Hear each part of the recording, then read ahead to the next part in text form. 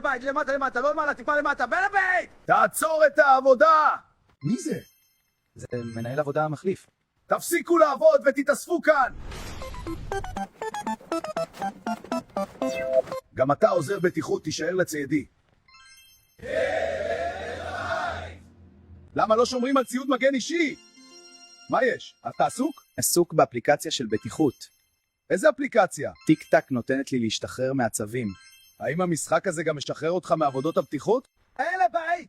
קסדה למטה לא טוב, למעלה טוב! שנייה, אני יכול להרים אותה למעלה? תעצור את המענוף לגמרי!